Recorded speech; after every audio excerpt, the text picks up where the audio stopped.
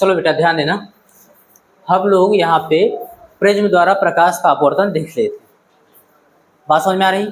और इसमें जो जो भी टर्म यूज हो रहे थे उसको आप समझ ले कि कोई एक वर्णीय प्रकाश की किरण है, इस पर आपतित कराई जाएगी तो इस प्रकार से अपवर्तित होकर इस प्रकार से बाहर निकलेगी, तो इसको हम लोग क्या बोल देते थे, PQ को आपतित प्रकाश की किरण और QR को अपवर्तित प्रकाश की किरण, RS को निर्गत प्रकाश। और आपतित प्रकाश की किरण और अभिलंब के बीच बनाया गया कोण क्या होता था, आपतन कोण I। इसी प्रकार से अपवर्तित प्रकाश की किरण अभिलंब के बीच बनाया गया कोण अपवर्तन कोण R। और यहाँ पर जब एक बार अपवर्तन होगा तो यहाँ पर आपतित प्रकाश की किरण और अभिलंब के बीच बना कोण आपतन कोण, जिसको आपने R' माना है। उसके बाद निर्गत प्रकाश की किरण और अभिलंब के बीच बनाया गया कोण निर्गत कोण, जिसको आपने I' माना। यहाँ तक बात समझ में आ गई थी? अगर हम आपतित किरण को आगे बढ़ाएं और निर्गत किरण को पीछे बढ़ाएं तो इन दोनों के डायरेक्शन के बीच जो कोण बनता है बेटा, ये किसकी डायरेक्शन है, आपतित किरण की, और ये किसकी डायरेक्शन है, इन दोनों के बीच जो कोण बनता है बेटा उसको आप क्या बोलते थे, विचलन कोण, एंगल ऑफ डेविएशन। यहाँ तक बात समझ में आ गई थी? ओके, अब ध्यान देना, हम लोग बेटा एक ग्राफ देखने वाले हैं, किसके किसके बीच, विचलन कोण और आपतन कोण, इन दोनों के बीच ग्राफ देखेंगे और यहाँ से एक निष्कर्ष निकालेंगे हम लोग, उसको बोलते हैं अल्पतम विचलन की स्थिति, यानी कि इसका हम लोग न्यूनतम मान प्राप्त करेंगे, उसको हम लोग डेल्टा M से लिखते हैं। किससे बेटा, इसको हम लोग बोलते हैं एंगल ऑफ मिनिमम डेविएशन, यानी कि अल्पतम विचलन कोण या फिर न्यूनतम विचलन कोण। तो विचलन कोण का न्यूनतम मान प्राप्त करेंगे। अच्छा, इसको प्राप्त करने से क्या होगा, वहाँ पर एक कंक्लूजन निकालेंगे, हम लोग देखेंगे कि जो डेल्टा M है वो केवल और केवल एक ही आपतन कोण पर प्राप्त होगा। बात समझ में आ रही है? जैसे मान लीजिए 55 डिग्री या इसके आसपास मान लो आपको न्यूनतम विचलन कोण मिल गया, उसके बाद आप चाहे बढ़ाओ चाहे घटाओ आपको विचलन कोण न्यूनतम नहीं मिलेगा। पहले आप ग्राफ देखो तो आपको समझ में आएगा। ध्यान देना बेटा, आप लिखोगे कर्व बिटवीन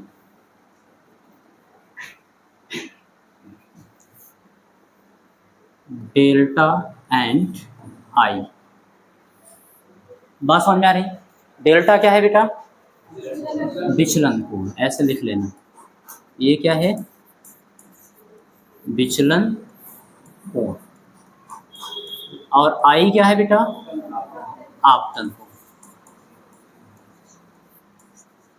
ये आप पहले से जानते हो फिर भी नहीं। तो जो विचलन कोण है और आपतन कोण है, इन दोनों के बीच आप ग्राफ बनाइए। पहली चीज तो आप यहाँ पर एक लाइन लिख लेंगे ऐसे कि जो बेटा डेल्टा है, डेल्टा का मतलब विचलन कोण, विचलन कोण लिख दे रहा हूँ, विचलन कोण I का मतलब बेटा आपतन कोण पर निर्भर करता है। पहले तो आप इस स्टेटमेंट को समझिए कि जो डेल्टा का मान होगा बेटा, अब इसको लिखने की कोई जरूरत है नहीं, यहाँ पे लिख दिया गया ना, डेल्टा का मतलब विचलन कोण, I का मतलब आपतन कोण। तो जो डेल्टा है बेटा उसका मान किस पर निर्भर करेगा, आपतन कोण पर, कि आप प्रिज्म पर किस कोण पर, अभिलंब के साथ किस कोण पर प्रकाश की किरण को आपतित कराते हैं, उस बात पर निर्भर करेगा। तो ध्यान देना, अब ग्राफ कैसे खींचोगे आप, जाहिर सी बात है प्रैक्टिकल करके। बात समझ में आ रही है? तो प्रयोगों के आधार पर, ध्यान देना बेटा,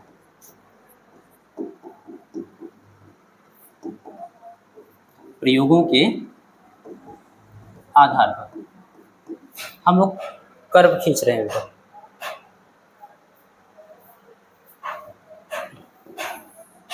इसको मान लेना ये एक्स एक्सिस है,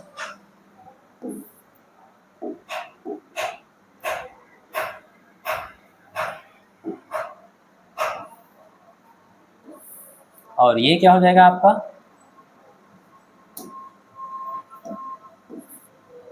वाई एक्सिस।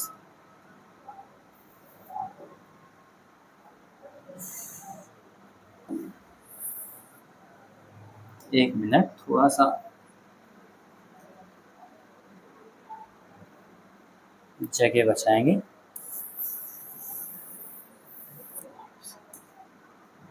चलो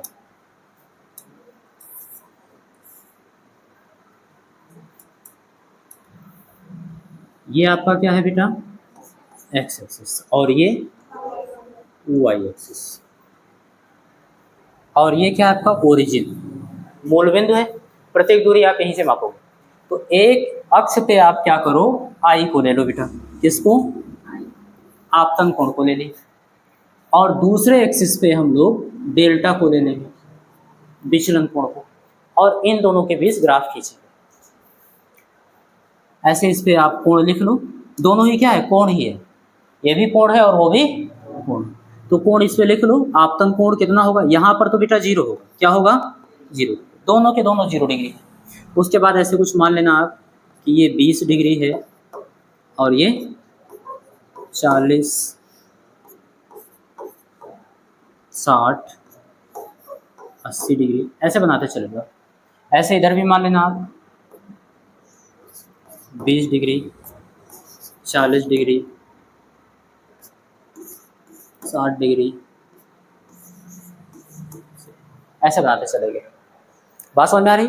अब इसके बीच में होगा 1 डिग्री, 2 डिग्री, 3 डिग्री, बात समझ में आ रही है। ऐसे मैंने मान लिया है एक मानक। इन दोनों के बीच ग्राफ खींचना है, तो आप क्या करोगे, पहले इंसिडेंट करके देखोगे, प्रकाश किरण को क्या करोगे, आपतित करके एक एक कोण पर देखोगे। ध्यान ये रखना है बेटा आपको कि 30 डिग्री से अधिक कोण पर आपको आपतित कराना है सुस्पष्ट प्रयोग के लिए, ताकि सारी चीजें आपको क्लियर हो। तो आपतन कोण का मान कहाँ पर रखना है बेटा, 30 डिग्री से अधिक। यही लिख दूं, चलो यहाँ पे लिख दे रहा हूँ। ऐसे ग्राफ में देखना, जब भी आप प्रैक्टिकल करोगे तो आई का मान कितना रखोगे बेटा, इज ग्रेटर देन 30। वैसे 30 डिग्री से ज़्यादा 60 डिग्री से कम रखते हैं। जब आप लेबोरेटरी में जाओगे तो आपको ऐसा बताया जाएगा। क्यों, क्योंकि वहाँ पर प्रकाश किरणों का फैलाव वगैरह जो है सुस्पष्ट बनता है, तो वहाँ से आराम से हम सारी चीज़ें डाटा वगैरह इकट्ठा करते हैं। बात समझ में आई, ठीक। तो यहाँ पर प्रकाश की किरण आप आपतित कराओगे 30 डिग्री से ज़्यादा कोण पर, और एक एक कोण को आप देखोगे कि कितना कोण बन रहा है, विचलन कोण। मान लो आप 31 डिग्री पर आपतित कराए प्रकाश किरण को, तो आप देखोगे कि विचलन कोण कितना बन रहा है। विचलन कोण का मतलब, ऐसे प्रिज्म है बेटा, सपोज करना यहाँ पर आप प्रकाश किरण ऐसे अभिलंब के साथ आपतित कराए, कोण कितना था, 31 डिग्री। ये आपका कौन सा कोण है, आपतन। तो इसको ऐसे ये क्या होगा, इधर से ऐसे अपवर्तित होकर जाएगा। इसको आप आगे बढ़ाना और इसको आप पीछे बढ़ाना। अब आप देखोगे कि डेल्टा कितना बन रहा है, विचलन कोण। ऐसे प्रयोग किया गया बेटा। एक बार क्या किया गया, प्रकाश किरण को डाला गया, उस पर आपतित कराया गया प्रिज्म पर एक एक कोण पर, और उसके लिए विचलन कोण निकाला गया। तो आपको ग्राफ कैसे मिलता है, आपको ग्राफ कुछ इस टाइप से मिलता है। ध्यान देना, 30 डिग्री से ज़्यादा के लिए करा रहे हैं तो इधर ही रखना,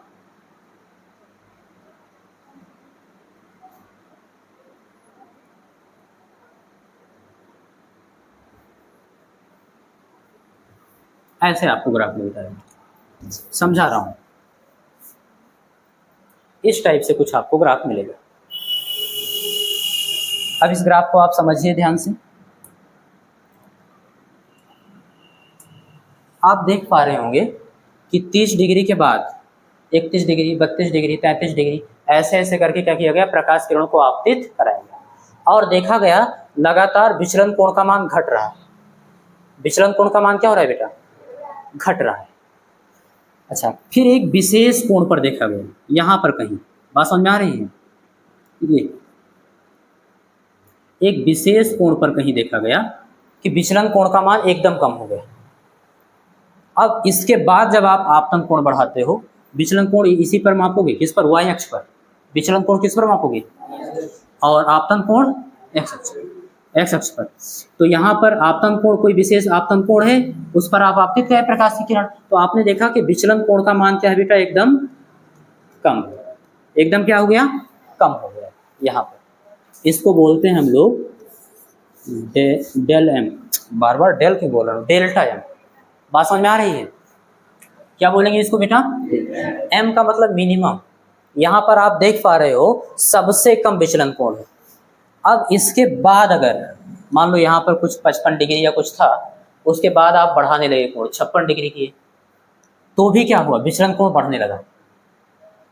भैया 56 डिग्री पर देखोगे यहाँ आ जाएगा ना, यानी यहाँ कहीं विचलन कोण बढ़ा। 57 डिग्री ऐसे 60 डिग्री पर करोगे, या फिर मान लो 80 डिग्री पर देखें, 80 डिग्री पर यहाँ कहीं आ, बात समझ में आ रही है। तो आप देख पा रहे हो कि इस विशेष कोण से या तो पहले यानी कि कम, और इस विशेष कोण के बाद आप कोई भी आपतन कोण दोगे तो उस पर विचलन कोण का मान बढ़ेगा। ग्राफ से आपको समझ में आ रहा है कि अगर मान लो यहाँ पर 57 डिग्री है, 57 डिग्री से पहले लोगे 56 डिग्री, तो 56 डिग्री पर आप देखोगे यहाँ कहीं आएगा, विचलन कोण का मान ज़्यादा आएगा। इधर भी कम करते जाओगे तो भी बढ़ता जाएगा, और 57 डिग्री के बाद करते जाओगे तो भी बढ़ता जाएगा, 60 डिग्री 80 डिग्री बढ़ता जाएगा। यहाँ से क्या आपको पता चल रहा है, आपको मिल क्या रहा है यहाँ से कंक्लूजन, कि जो अल्पतम विचलन की स्थिति होती है, यानी कि जो न्यूनतम विचलन कोण होता है, वो केवल और केवल किसी एक विशेष आपतन कोण के लिए होता है। बात समझ में आ रही है। अगर मान लो 57 डिग्री पे अल्पतम विचलन कोण आपको मिल गया, डेल्टा एम कुछ भी मिल गया, मान लो 39 डिग्री मिल गया बेटा, समझना बात को, कितना मिल गया, 39 डिग्री आपको मिल गया, तो अब आप किस पर, 57 डिग्री पर मिल गया। अब आपके पास कोई भी आपतन कोण ऐसा नहीं है जिस पर आपका अल्पतम विचलन का मान 39 डिग्री या इससे कम मिलेगा, इससे ज़्यादा ही मिलेगा। ये बात समझ में आ गई आपको, क्लियर है ना। तो ये बात बहुत इंपॉर्टेंट है। यहाँ पर आप सबसे पहले लिखोगे क्या, कि प्रिज्म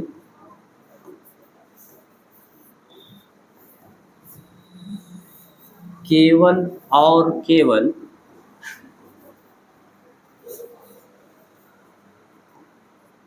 एक विशेष आपतन कोण के लिए कोण पर, प्रिज्म केवल और केवल एक विशेष आपतन कोण पर ही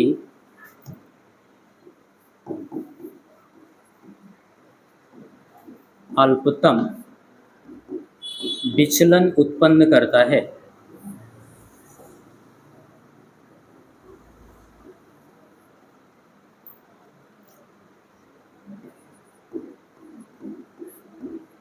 बताओ, ये बात समझ में आई, एकदम क्लियर है, सेंटेंस क्लियर है ना, ओके,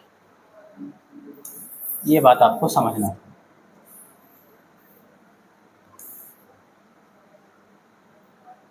अच्छा, दूसरी बात भी आप समझ लीजिए, अल्पतम विचलन की दशा में जो कोण बन रहा है विचलन कोण, वो न्यूनतम है, सबसे कम है, इससे कम कोण तो अब होगा नहीं। तो याद रखना कि न्यूनतम, या ऐसे लिख लो, विचलन कोण के न्यूनतम मान को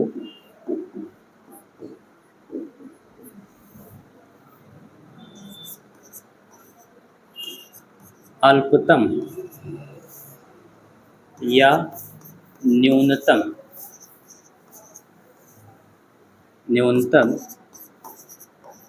विचलन कोण, इंग्लिश में क्या बोलेंगे बेटा, एंगल ऑफ मिनिमम डेविएशन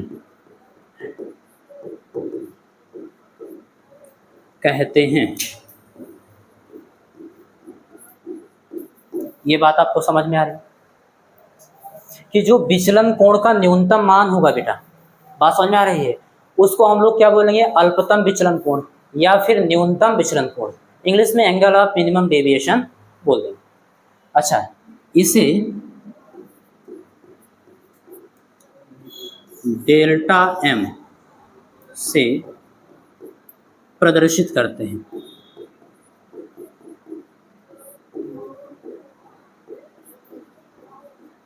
ये बात समझ में आ रही, एकदम क्लियर है, ओके।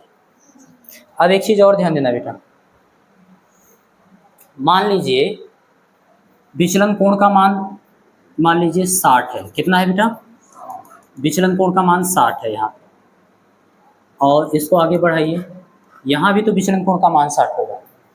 तो अगर इसको हम लोग देखें इस पर x अक्ष पर और यहाँ पर भी x अक्ष पर, तो आप देख पा रहे हो बेटा, और कोई भी कोण होगा विचलन कोण, वो दो आपतन कोण के लिए होगा। एक आपतन कोण यहाँ होगा 40 से पहले, और एक आपतन कोण आपको दिख रहा है थोड़ा सा 80 से पहले। कोई भी कोण ले लो, यहाँ पर मान लो 50 होगा, बात समझ में आ रही है? 50 होगा तो आपको दिख रहा है एक यहाँ एक यहाँ, यानी एक आपतन कोण इस पर होगा और एक आपतन कोण इस पर, यानी कोई भी विचलन कोण होगा वो दो आपतन कोणों के लिए बनेगा। लेकिन अल्पतम विचलन कोण केवल और केवल एक आपतन कोण के लिए बनेगा। ये बात समझ में आ रही है कि नहीं? ये बहुत महत्वपूर्ण लाइन है बेटा, एकदम स्पष्ट क्लियर हो गया ना? आप ग्राफ से देख पा रहे हो। अच्छा, ये ग्राफ कहाँ से बना? तो प्रयोगों के आधार पर। क्लियर है ना? ये आपसे एग्जाम में पूछा नहीं जाएगा कि इनके बीच ग्राफ खींचो, बस आपको समझा रहे हैं वो स्टेटमेंट। तो इस ग्राफ का कंक्लूजन इतना ही था बेटा, इतना ही हमको समझना था कि जो अल्पतम विचलन उत्पन्न करता है प्रिज्म केवल और केवल एक आपतन कोण के लिए। बात समझ में आई? और कोई भी विचलन कोण होगा वो दो आपतन कोणों के लिए होता है। क्लियर? जैसे विचलन कोण का मान यहाँ 60 डिग्री है मान लो, तो 60 डिग्री जो होगा बेटा वो 40 से पहले, आप सपोज कर सकते हो कि यहाँ पर 35 भी हो सकता है। 35 डिग्री पर भी उतना ही कोण बनाएगा विचलन कोण, और यहाँ पर 80 से थोड़ा पहले मान लो 78 डिग्री पर भी उतना ही बनाएगा। ऐसे कुछ ग्राफ से समझ में आ रही है ना जो मैं बात बोल रहा हूँ? बस इतनी सी बात आपको समझनी है।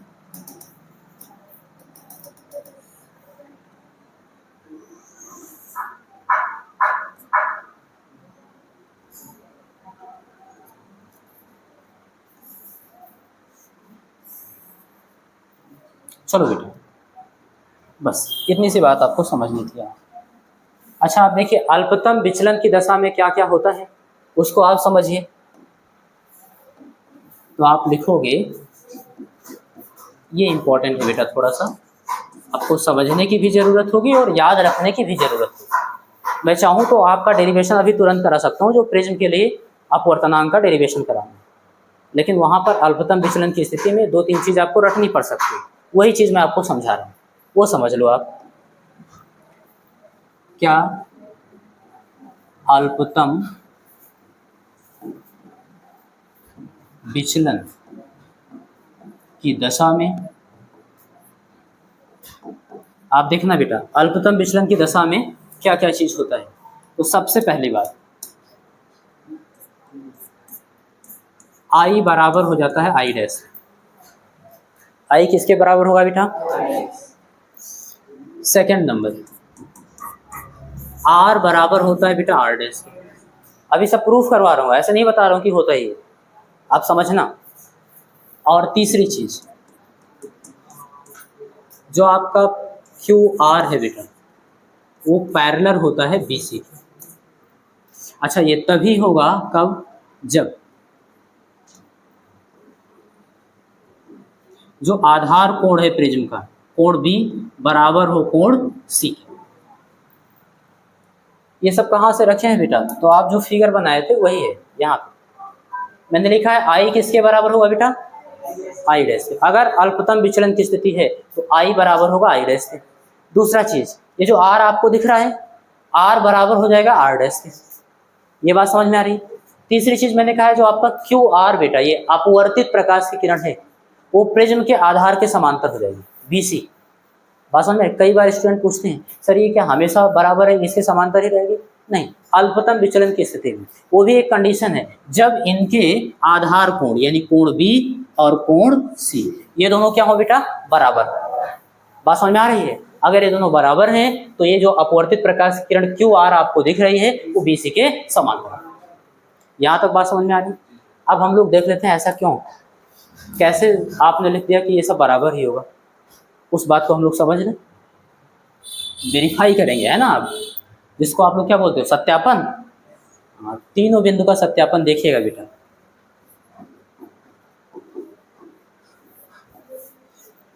फर्स्ट वाला देखिए बेटा, मैंने लिखा है आई बराबर आई डैश, कैसे लिख दिया गया उसके लिए फिगर देखिएगा। यहाँ पे एक रफ टाइप फिगर बना देता हूँ, वही ज़्यादा समझ में आएगा।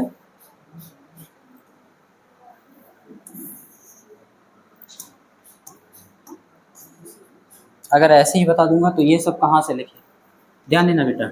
ये आपका ए है और ये बी है और ये सी।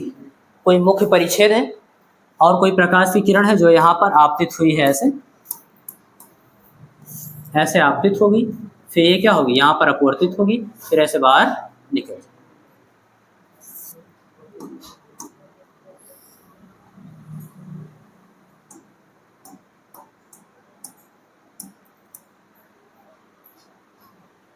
बस ये क्या होगा बेटा, इस पर ऐसे लंब, और ये भी क्या होगा, इस पर ऐसे लंब। ध्यान देना बेटा, ये कोण क्या है, आई, और ये कोण आर।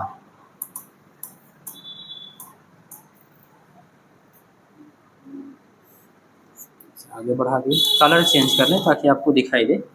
ये कोण क्या होगा बेटा, आई, इसको आपने क्या माना, आर, इसको आपने क्या मान लिया, आर डैश, और इसको आई डैश। प्रकाश का पथ देखना बेटा, ऐसे ही तो कुछ था, आपने इसको नाम दे रखे हैं।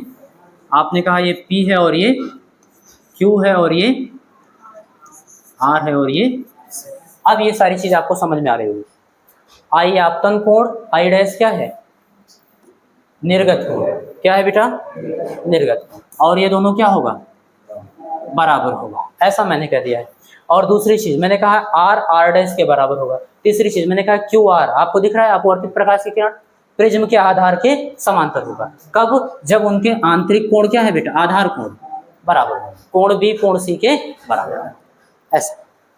अब आप समझिए बेटा ये बराबर कैसे हुआ, ध्यान से समझना।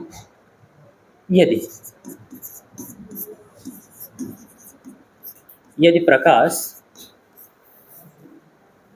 P Q R S के अनुदिश, बातचीत नहीं बेटा, नहीं तो ये समझ में नहीं आएगा, ध्यान से समझना। यदि प्रकाश P Q R S के अनुदिश गमन करती है,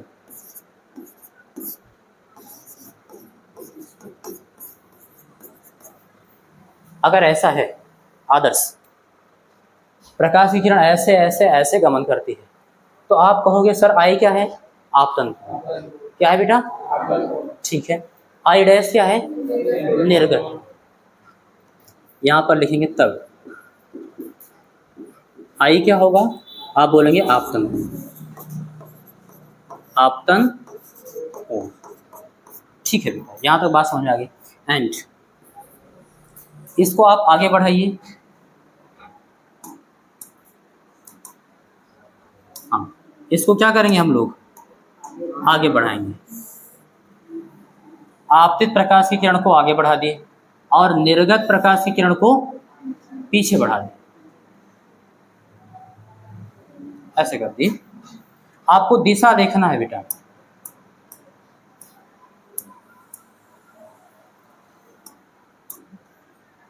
कौन सी दिशा, आपतित प्रकाश की किरण की दिशा ये और निर्गत प्रकाश की किरण की दिशा ये, यही तो।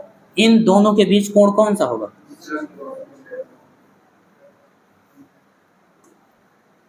विचलन कोण, डेल्टा, यही तो होगा। तो हम लोग बोलेंगे यहाँ पर ये जो है वो विचलन कोण, क्या है बेटा, विचलन। बोलोगे सर ये तो हम पहले से जानते थे, ऐसा ही है, इसको बताने की क्या जरूरत थी। अच्छा अब दूसरी बार देखिए, प्रकाश का पथ उत्क्रमित करो, उत्क्रमण होता है ना, उत्क्रमित कर रहे हैं, तो ध्यान देना, एक तो यहां से समझिए, दूसरा लजी समझिए। यदि प्रकाश किरण, या ऐसे लिख लो प्रकाश S R Q P के अनुदिश गमन करती है,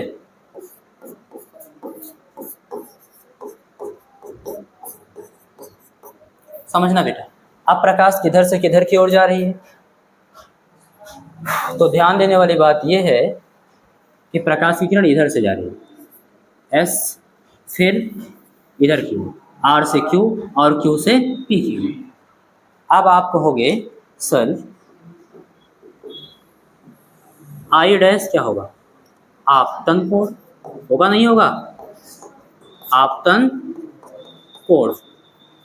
अरे भाई ये आपतित किरण है, इधर से प्रकाश की किरण जा रही है, ये आपतित किरण और ये अभिलंब है, तो आपतित किरण और अभिलंब के बीच बनाया गया कोण आपतन कोण आई डैश होगा, और ये आपतन कोण है, ठीक है। एंड आपतित किरण को आगे बढ़ाइए, ध्यान देना, आपतित किरण को क्या कर रहे हैं? आगे, यह आपतित किरण की दिशा होगी, और ये निर्गत किरण है ना, इसको पीछे बढ़ाइए। तो निर्गत किरण की दिशा क्या है? इधर की ओर। आपतित किरण की दिशा क्या है? इधर की ओर। इन दोनों के बीच बना कोण क्या होना चाहिए? विचलन कोण। और आप कहोगे सर शीर्षाभिमुख कोण से देखिए उतना ही विचलन कोण बनेगा, जितना विचलन कोण पहले था उतना ही विचलन कोण तो अब भी है। ये बात आपको समझ में आ रही कि नहीं है ना? तो हम बोल देंगे एंड डेल्टा अभी भी क्या है बेटा? विचलन कोण। अब थोड़ा विचार करिए बेटा इस स्टेटमेंट पर जो मैंने लिखवाया है, पढ़ो थोड़ा सा। प्रिज्म केवल और केवल एक विशेष आपतन कोण पर ही अल्पतम विचलन उत्पन्न करता है। बात समझ में आ रही है? अब आप मान लेना, यदि सब कुछ छोड़ो बेटा, यदि आपतन कोण आई आपतन कोण था और उस पर क्या हुआ? अल्पतम विचलन की स्थिति मिल गई है। डेल्टा क्या है बेटा? अब डेल्टा डेल्टा नहीं रहा, क्या बन गया है? डेल्टा यम। ऐसे यहाँ भी क्या होगा? ये डेल्टा, तो यहाँ पर आप लिखोगे डेल्टा यम। अब इसको क्या बोलोगे? अल्पतम विचलन कोण। क्या बोलोगे? पूरा नाम लिख दो इसका।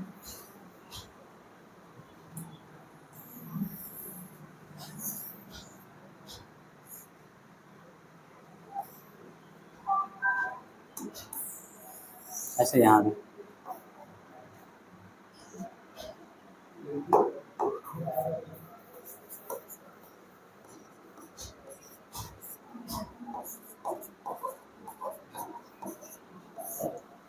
अब समझना, मान लो आप आपतित कोण आई पर प्रकाश की किरण पहले आपतित करवाए थे, आई आपतन कोण पर क्या करवाए थे? आपतित करवाए थे, तो विचलन कोण क्या था? न्यूनतम था।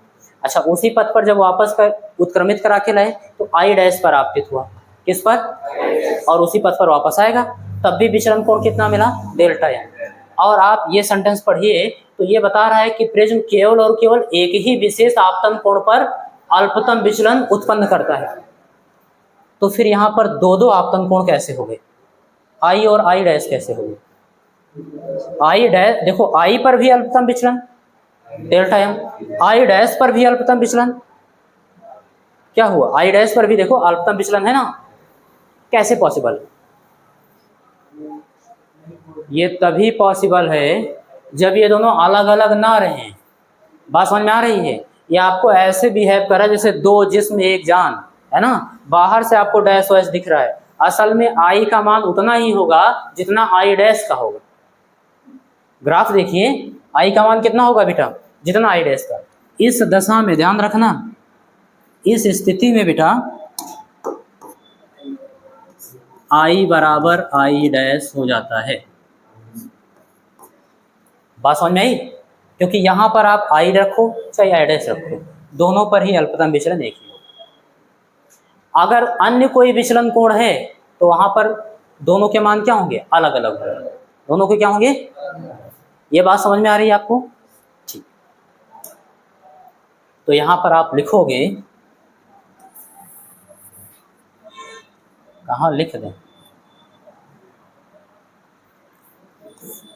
ऐसे लिख दें शॉर्ट में कि डेल्टा आई ग्राफ अस्पष्ट है,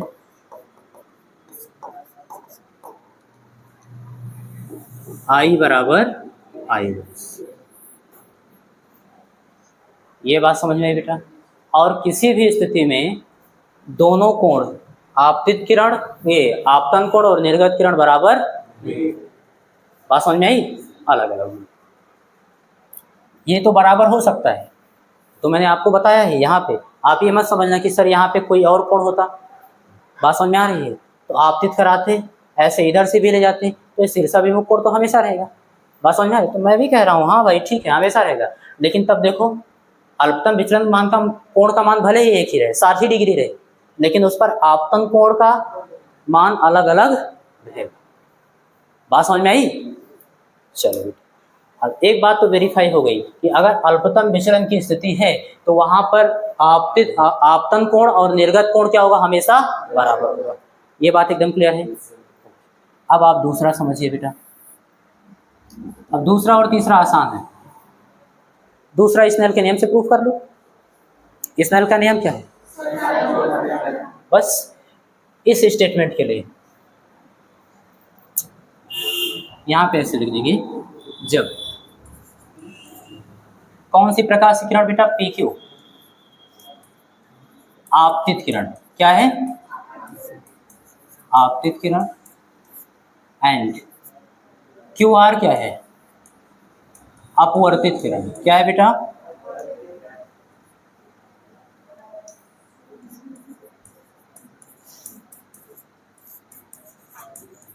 इसके लिए आप लगाओ स्नेल का नियम।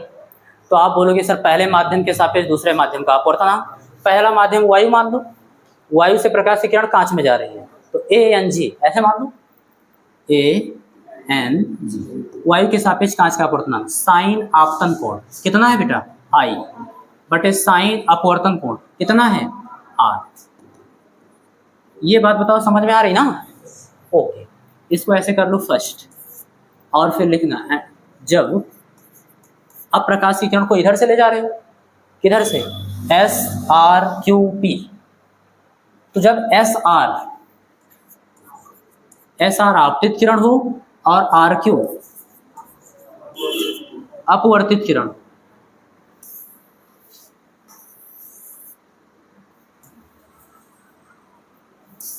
चलो ये बात समझ में आ गई। अगर ऐसा है तो अब भी तो प्रकाश की किरण वायु से कांच में जा रही है, तो लिखेंगे वही ANG, साइन आपतन कोण बिल्कुल सही साइन I डैश बटे साइन अपवर्तन कोण कितना बेटा R डैश, गुड।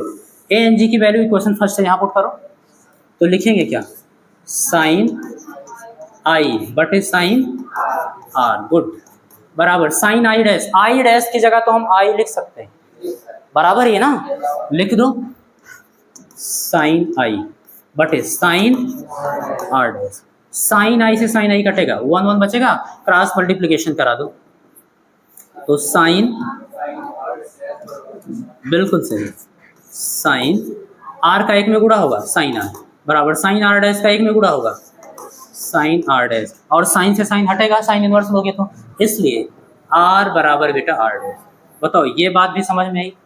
अरे ये सब याद रखना है आपको, अभी काम लगेगा, अभी तुरंत काम लगेगा, ये नहीं कि बाद में काम लगेगा, ठीक है ना। अल्पतम विचलन की दशा में I बराबर I डैश आपने प्रूफ कर लिया, क्योंकि हमारा अभी जो प्रैक्टिकल किए हैं ग्राफ प्राप्त किए हैं वो कहता है केवल और केवल एक ही आपतन कोण के लिए प्रिज्म अल्पतम विचलन उत्पन्न करता है, यानी जो न्यूनतम विचलन कोण होगा केवल और केवल एक आपतन कोण के लिए होगा, और यहाँ दो दो दिखा रहा है, इसका मतलब दोनों बराबर होगा, ये प्रूफ हो गया। दूसरा स्नेल के नियम से अगर ये दोनों बराबर है तो R बराबर R डैश, ये दोनों भी बराबर। और तीसरी चीज मैंने कंडीशन दे दिया है, अगर इनके आधार कोण बराबर हैं तो ये समांतर होगा।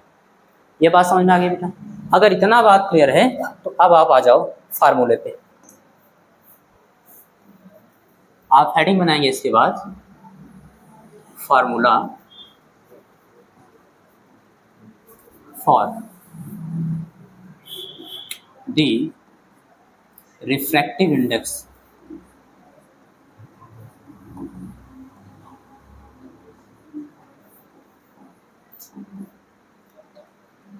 of a prism।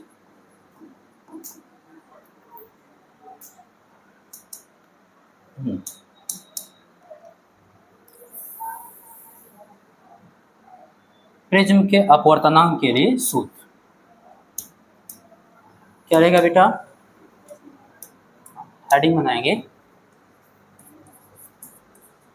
प्रिज्म के अपवर्तनांक के लिए सूत्र। अब जो सारी चीज़ें आप पढ़ ले हो ना बेटा, आगे पुराना जितना भी सारी चीज़ें पढ़ ले हो, अभी जब ये डेरिवेशन आप करोगे तो ये डेरिवेशन ना के बराबर लगेगा, कोई कैलकुलेशन ही नहीं दिखेगा आपको, बहुत ही आसान लगेगा। बात समझ में आ रही है? तो आसान का मतलब ये नहीं कि इसको छोड़ के रखना है, इसको आप लिखोगे वेरी इंपॉर्टेंट रीजन। पहली चीज़ तो ये, इसके फार्मूले पे ऑप्शनल क्वेश्चन भी आ जाते हैं जो कि केवल और केवल फार्मूले पे होते हैं, फ्री में होते हैं। फार्मूला याद है, रख दो आगे। दूसरी चीज़, बड़े क्वेश्चन भी इस पर आते हैं और इसका डेरिवेशन भी इंपॉर्टेंट है। बात समझ में आ रही है? तो इसका फार्मूला बहुत इंपॉर्टेंट है और डेरिवेशन भी। फटाफट देखिएगा बेटा, वही हम फिगर बनाएंगे।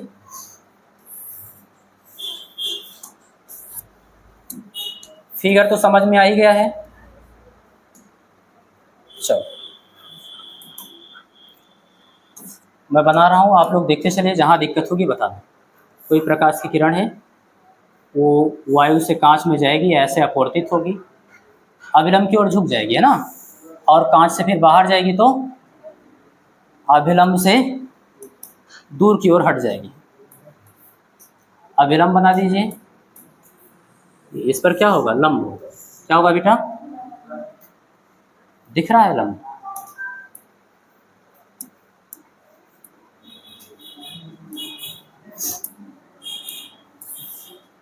इस पर भी ये लंब होगा।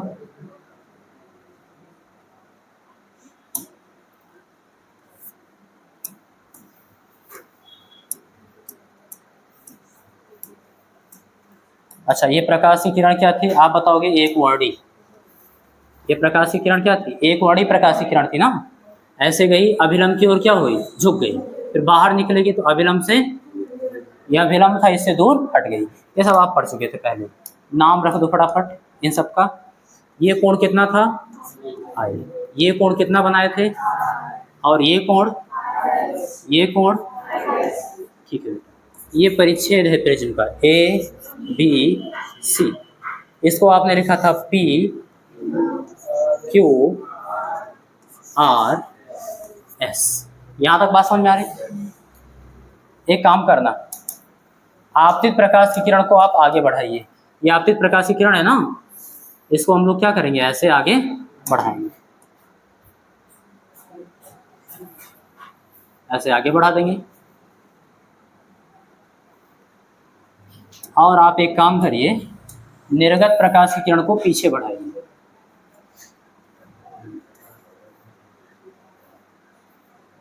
ऐसे पीछे बढ़ाएंगे तो आप देख पा रहे हो यहाँ पर काटती है, क्या लिख दिए, ए बी सी लिख दिए, इसको मान लेना डी।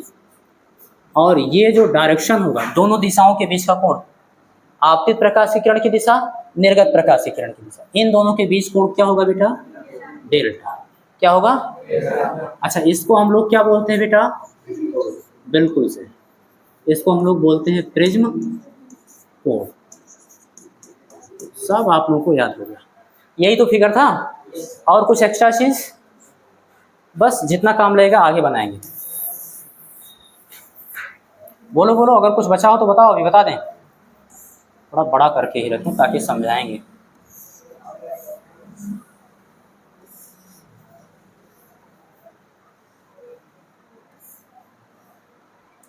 चलो, क्या चीज, अच्छा आई डैश नहीं लिखे हैं, अब क्लियर है? ठीक है, ध्यान देना बेटा, इसके अपवर्तनांक का सूत्र निकालना है तो लिख देंगे बाई स्नेल्स लॉ। स्नेल के नियम से, स्नेल का नियम क्या था,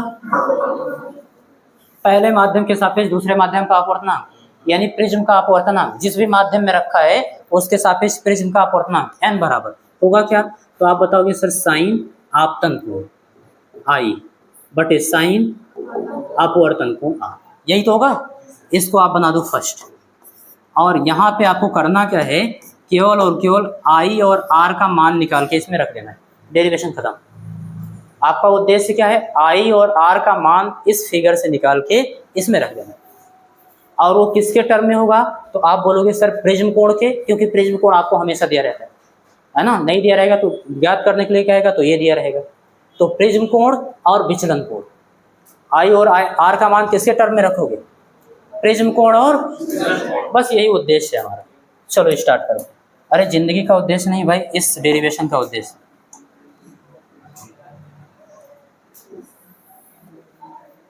सबसे पहले किसको निकाल लिया जाए, आर दिख रहा है, आर को ही निकाल लो, थोड़ा कमजोर दिख रहा है इसको निकाल लो, इसको ई मान लेना, ठीक है ना।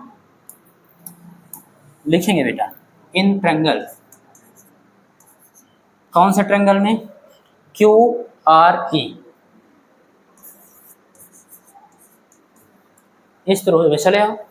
और त्रिभुज के तीनों अंतःकोणों का योगफल 2000 होता है। कितना होता है, 2000 कह रही है, सपने में खो गई क्या।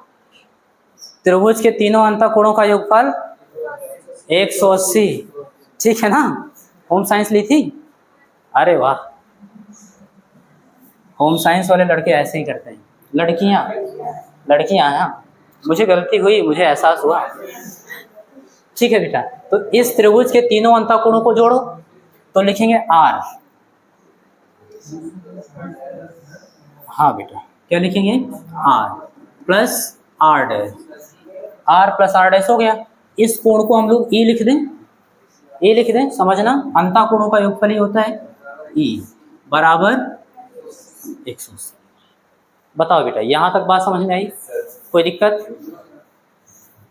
लेकिन हमको ई से क्या मतलब है, ई को भगाओ उधर, तो आर अगला स्टेप प्लस आर डैश बराबर 180 डिग्री माइनस ई, यहाँ तक बात समझ में आई।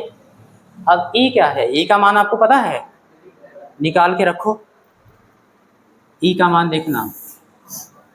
चले आओ बेटा, एक चतुर्भुज आपको दिख रहा होगा, ए क्यू ई आर, लिखेंगे चतुर्भुज, कौन कौन से चतुर्भुज, ए क्यू ई आर में। बेटा चतुर्भुज के चारों अंतःकोणों का योगफल 4360, कितना, अब होशियार हो गई, नहीं जानेंगे तो नहीं बोलेंगे, 360 डिग्री। अच्छा दो कोण तो आपको पहले ही दिख रहा है 90-90,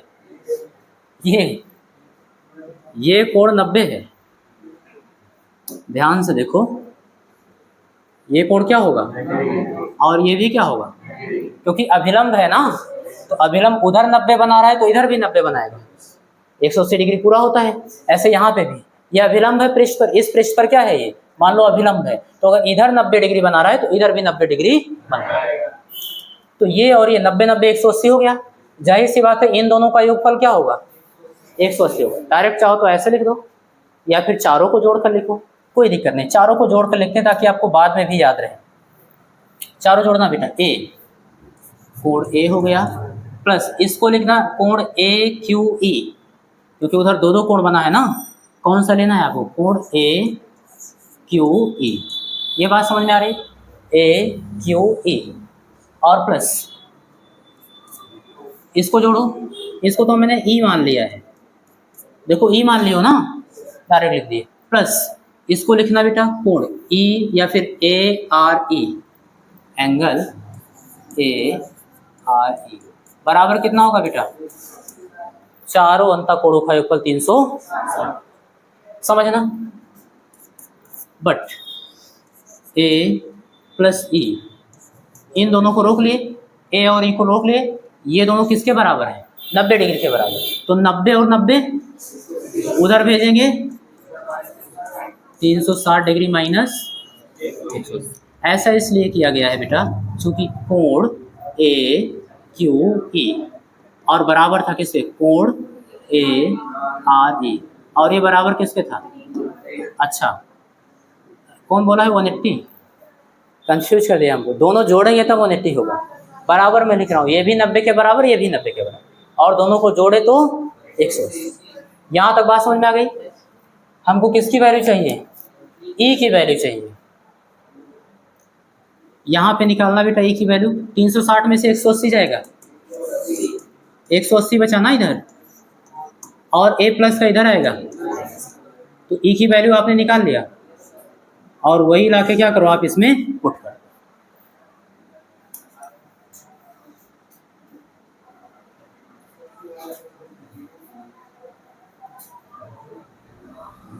चलो बेटा ध्यान देना, यहाँ पे लाके वैल्यू पुट करेंगे तो आपको मिलेगा क्या, आर प्लस आर डैश बराबर 180 डिग्री माइनस ई की जगह क्या लिखोगे 180 डिग्री माइनस, ठीक है भैया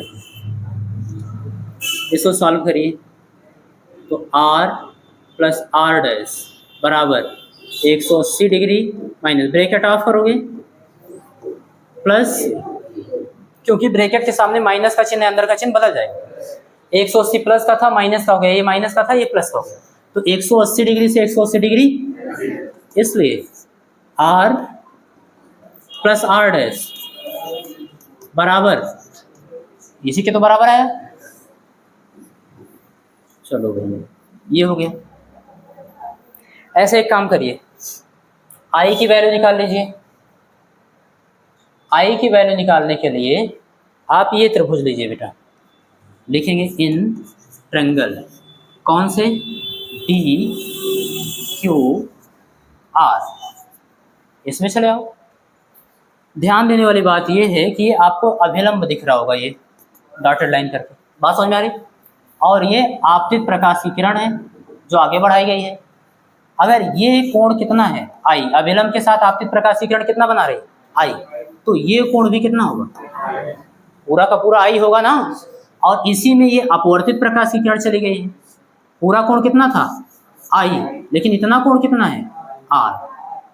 अरे भाई अभिलंब के साथ अपवर्तित प्रकाश की किरण आर बना रहा है ना, तो अगर मैं पूछूं कि ये कोण कितना होगा, हाँ तो पूरे कोण में से आई में से कितना घटाना, इतना आर, तो ये वाला मिल जाएगा आपको। तो आप कह सकते हो सर ये वाला जो कोण होगा ये वो आई माइनस आर के बराबर, बात समझ में आ रही। और यहाँ पे देखना बेटा ये पूरा कोण कितना आई डैश, तो जाहिर सी बात है पूरा कोण कितना होगा आई डैश, आई डैश में से आर डैश घटाना ये वाला मिल जाएगा, ये कोण कितना होगा आई डैश माइनस ये हो जाएगा। ठीक से इसको भी लिख लेना आई माइनस, यहाँ तक बात समझ में आ रही, ओके। अब ध्यान देने वाली बात यह है जो त्रिभुज आपने लिखा है वो कुछ इस तरीके से बन रहा है, डी क्यू आर ऐसे ही तो बन रहा है।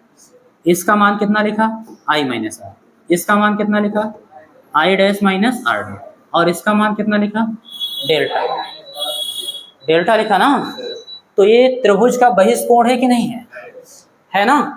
तो आप बोलेंगे कि जो बहिष्कोण होता है त्रिभुज का वो अपने से सुदूर स्थित दो अंतः कोणों के योगफल के बराबर होता है, ये और ये, इन दोनों को कोणों को अगर जोड़ोगे तो आपको क्या मिलेगा डेल्टा मिलेगा, यानी आई माइनस आर और प्लस आई डैश माइनस, ये हम आपको पहले ही पढ़ा चुके हैं, प्रूफ भी करवा चुके हैं, ओके।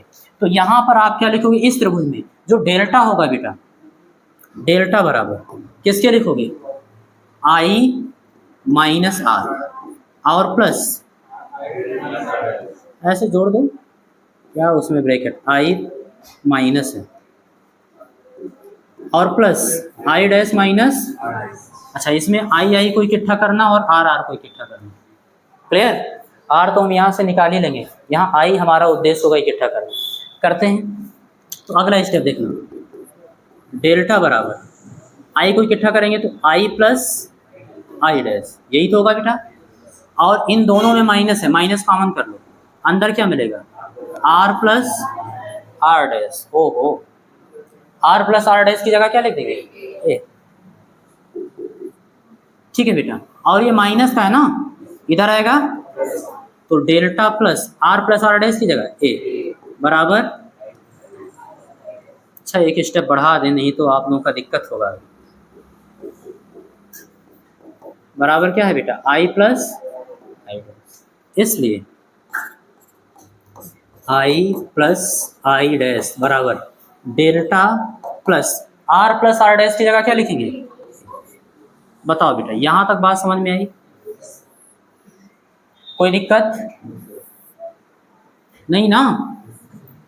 तो अल्पतम विचलन की स्थिति में, अल्पतम विचलन की स्थिति में क्या होता है बोलो, और आर बराबर और डेल्टा बराबर डेल्टा एम। लिखेंगे यदि प्रिज्म अल्पतम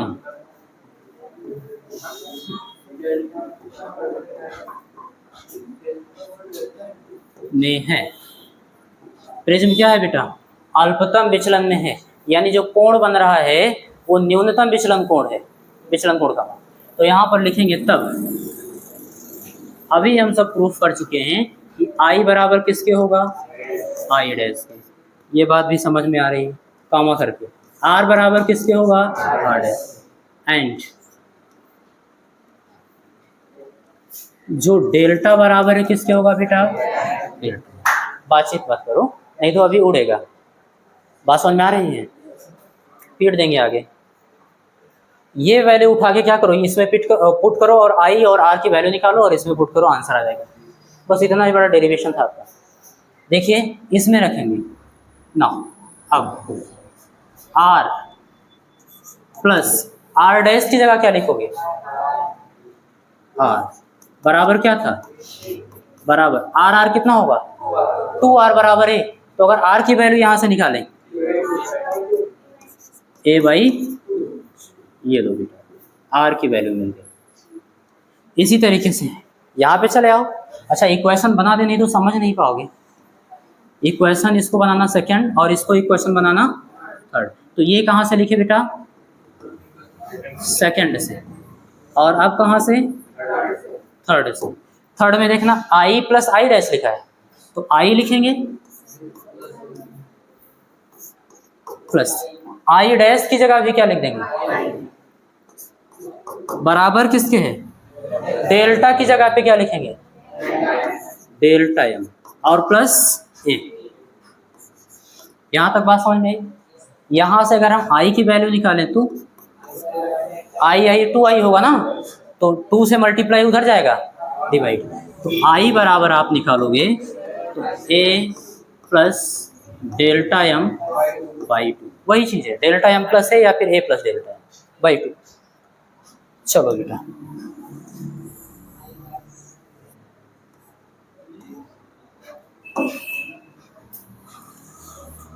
r और i की वैल्यू मिल गई। अब आप इक्वेशन फर्स्ट में चले आओ। क्या है, n बराबर साइन i लिखा है ना, i की जगह क्या लिख देंगे,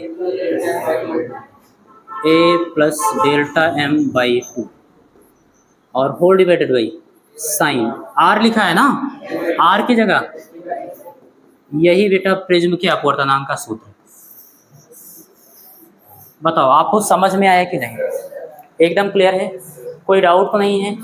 एक आपसे कहीं कहीं पूछता है पतले प्रिज्म के लिए, तो पतले प्रिज्म के केस में होता क्या है, ये जो प्रिज्म कोण है बेटा, जिसको आप अपवर्तक कोण बोलते हो, इसका मान कम होता है। कम होने का मतलब कहीं कहीं आपको 5 डिग्री से कम लिखा मिलेगा, कहीं कहीं 10 डिग्री से कम लिखा मिलेगा, 10 डिग्री या उससे कम, तो उसको हम लोग क्या मान लेते हैं, पतला प्रिज्म मान लेते हैं। तो उस दशा में क्या करोगे, तो पतले प्रिज्म के लिए जब प्रिज्म कोण ही पतला होगा तो आई और आर भी पतला होगा, मतलब कम होगा।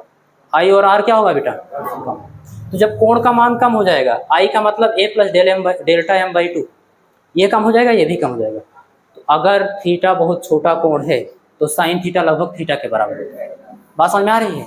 बस वहीं से एक फार्मूला और हमको मिल जाएगा। अगर पतला प्रिज्म दिया जाता है तो हम लोग वो लगाएंगे। बात समझ, दो अंतर बता रहा हूँ बेटा, स्टूडेंट से ज़्यादातर गलती होती हर साल मैं देखता हूँ। पतला प्रिज्म अलग है, अल्पतम विचलन कोण अलग है। पूछता है न्यूनतम विचलन कोण का मान ज्ञात करो, तो वाला फार्मूला लगा देते हैं, नहीं जाना है। न्यूनतम विचलन का मतलब विचलन कोण कम होगा।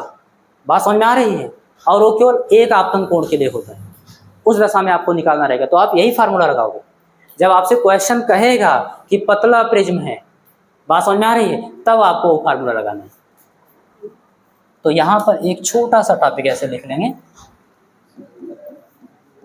लिखेंगे डेविएशन बाई थिन प्रिज्म।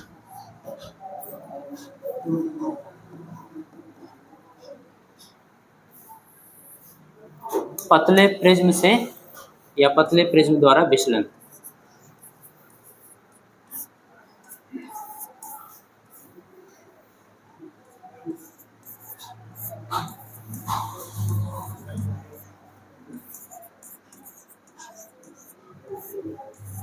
ध्यान देना बेटा, पतला प्रिज्म कब बोलेंगे, लिखेंगे यदि A इज लेस देन और इक्वल टू 10 डिग्री। समझना बेटा, जैसे आप कोई बुक पढ़ोगे 5 डिग्री लिखा होगा, कहीं कहीं पढ़ोगे 10 डिग्री लिखा होगा, तो इसलिए हम 10 डिग्री लिख देते हैं। बात समझ में आ रही है? तो ध्यान रखना, डाटा बहुत ज़्यादा महत्वपूर्ण नहीं है, बस याद रखना। तुमको भी बहुत पीटेंगे, तुम खेल रहे हो, प्राइमरी में पढ़ रहे हो क्या भाई? चलो, अब आपको अपने विवेक से सोचना है कि हम पढ़ रहे हैं, आपको कोई कहेगा नहीं पढ़ने के लिए। तो ए का मान क्या हो बेटा, यानी प्रिज्म कोण। ए क्या है? प्रिज्म कोण। वो 10 डिग्री से या तो कम हो और या तो 10 डिग्री के बराबर। तब प्रिज्म को हम लोग क्या बोल देते हैं कि भैया पतला है।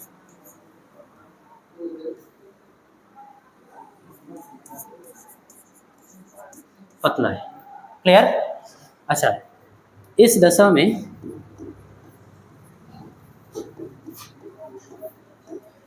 में आप देखोगे sine A plus delta M by 2 approximate कोण के ही बराबर हो जाएगा। किसके बराबर होगा? कोण के, यानी आप बोलोगे A plus delta M by 2 इसके बराबर होगा। एंड